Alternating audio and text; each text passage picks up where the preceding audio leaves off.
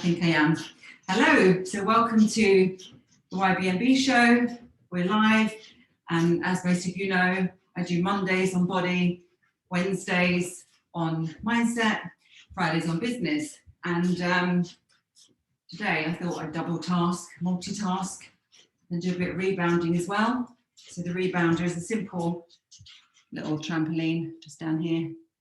Oh, it's my breakfast as well. So I'm going to talk today about longevity. I did a post about it earlier today, and in particular, I'm going to talk about the longevity mindset. And firstly, what does that mean? Well, longevity mindset is living your life with the intention and the belief that you're going to live for a long time, longer than is the norm. So I suppose the best way to sort of understand it is to think about it in terms of what's the opposite? The opposite to a longevity mindset is really buying into the normal way of thinking, which is that the average sort of, expectancy is mid-70s for men and early 80s at best for women, isn't it? And what people believe is that, once you get to retirement age, which is like 60, 65, that you need to slow down and live out the rest of your years, basically going on holiday if you're lucky, or watching other people do stuff. And that basically that's the end. Whereas, the longevity mindset is thinking that you can constantly reinvent your careers, do new things, travel new places, experience everything that the future is going to have to offer, and that you will be around well beyond 100, maybe beyond 120. So that's the longevity mindset. Now, why would you actually believe that? Well, I think you have to look at what's actually changed. Take my hair out here. In terms of the science, that's what's changed. If you look at the science now compared to what it was when our grandparents were young, I mean, really the expectation was that we would live maybe 35, 40 originally, 100 years ago. And then here we are now routinely living to maybe 90. And, that's down to science, isn't it? Well, the science has moved on unbelievably. And the situation now is that we're only seeing about 10% of what they've actually discovered. And what they're saying is that every year that we survive, we're actually buying ourselves the potential for another 10 years of life. So if that's the case, we can live, more fitter and healthier for the next 10 years. Effectively, what we potentially be doing is buying ourselves another 100 years of life. So really, we're going to hold on for the next, I think, 5 to 10 years. So how do you do that? And that's really what I want to talk about. Well, like I say, the first thing is what do you believe? Working on your mindset, convincing yourself that this is not just a pipe dream, but that this is true. And the way you do that is by looking at the science. So if you start to look up things like stem cell technology, genome sequencing, and anything to do with longevity, you'll see that there are so many things that are mid-development where, it's working already in labs and they haven't just yet tested it on humans, and that we have only seen literally the surface of what's possible. So that will start to make you believe it a bit more, as it has me. You see these things, you're like, wow, I can't believe that's possible. They can recreate organs, every single organ in our body, for example. And, the way that we'll soon be wearing not just wearables, but imprinted inside our body, like a dashboard of how everything's working.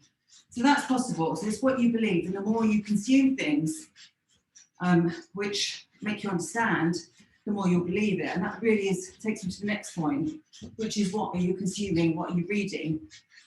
Because if you read the media and it tells you all about the doom and gloom, you are going to be really sort of just sticking with the norm and believing that the expectation for your life is still mid-70s, 80.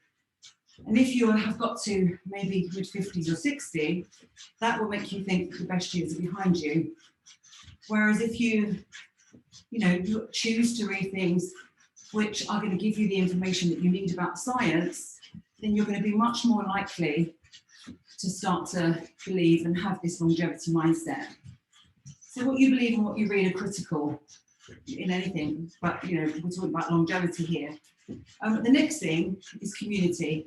Who are you spending your time with? Because if you're spending your time with people that are constantly talking about when they're going to retire, they're talking about the fact that what they should have done and what they wish they'd done, what they can't do now, and they're talking about how they can't keep up with technology, and they have to leave it to the youngsters, and all of that type of language, then if you're spending your time, it's not necessarily with young people, but with young-minded people who are talking about their plans, their dreams, their next career, what they're doing with their body, what they're hoping to achieve. If you have that type of community around you, it rubs off. I think you can see that whenever you look at a group of people, just walking through the park. It's inevitable that friends start to look like each other, they dress like each other, they speak like each other. So choosing a community that has a longevity mindset is really going to be helpful in creating yours. The next thing, and these are more practical things, is looking at the things that you can do to increase your longevity. Now, obviously, we're always talking about accidents and illnesses aside, so put those to one side because, we can't really account for that. We can be careful, but we can't account for it. We can do things to stack longevity, the odds of longevity in our favour. And one of the things that's coming out from all the scientists is the importance of sleep and the fact that you need to be aiming for, we need to be aiming for at least 7 hours of sleep. So contrary to how it used to be in the 80s, where everybody admired those individuals like Margaret Thatcher, who didn't need, sleep at all, got by in 3 hours. What we realise now is that is very damaging for us, lack of sleep. And what we should be aiming for, the number one shortener of life expectation is short sleep. So we should be aiming for a minimum of 7 and ideally 8 hours sleep. So if you're going to prioritise anything, prioritise that. And it's proper restorative sleep, deep sleep. The next practical thing is diet. And that really boils down to not so much following a diet, but more about avoiding sugar.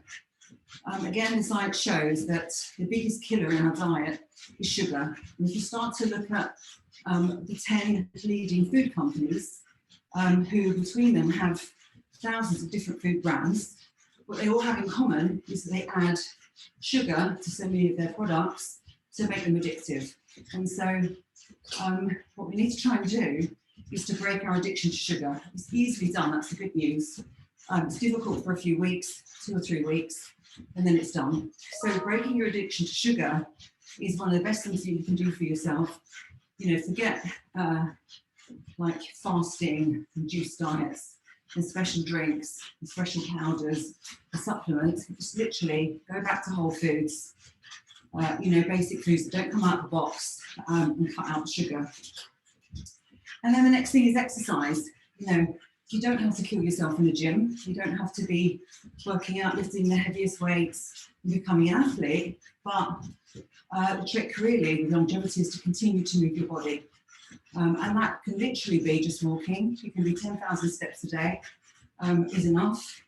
It can be jumping on a rebounder like this every time you get a chance, which is, no great shakes really, although I'm challenged to deliver this and concentrate while I'm jumping.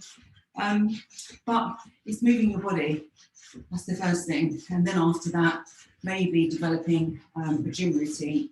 But just the exercise and the moving of the body and the moving of the blood and the lymph and everything else works wonders for you. And then finally, the 10th point is about controlling your vision so that it is a compelling vision.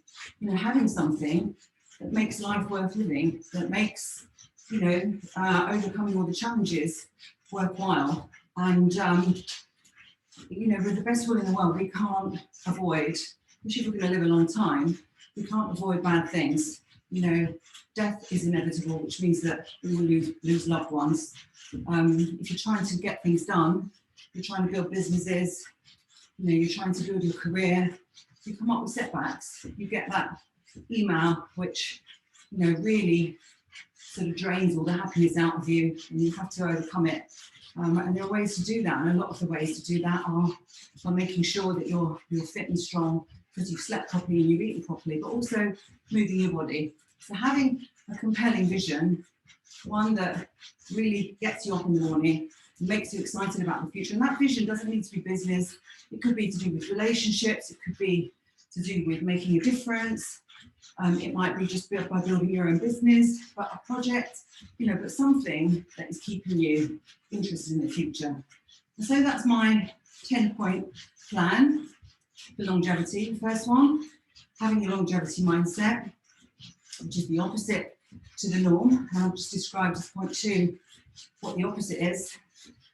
3, thinking about the science, understanding some of the science. You don't have to understand it all, but looking into a bit of the science and realising that we've only actually seen a fraction of what's going to be possible, and particularly with AI and automation of so much of the, you know, and technology, implementation of technology in the medical field, we can see a huge acceleration of these changes. So that's number 3. Number 4 is what you believe, choosing what to believe. But the more you become informed, you know, the more you're going to believe in longevity.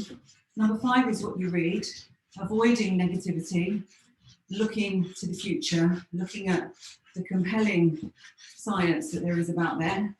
Number 6 is who you spend your time with.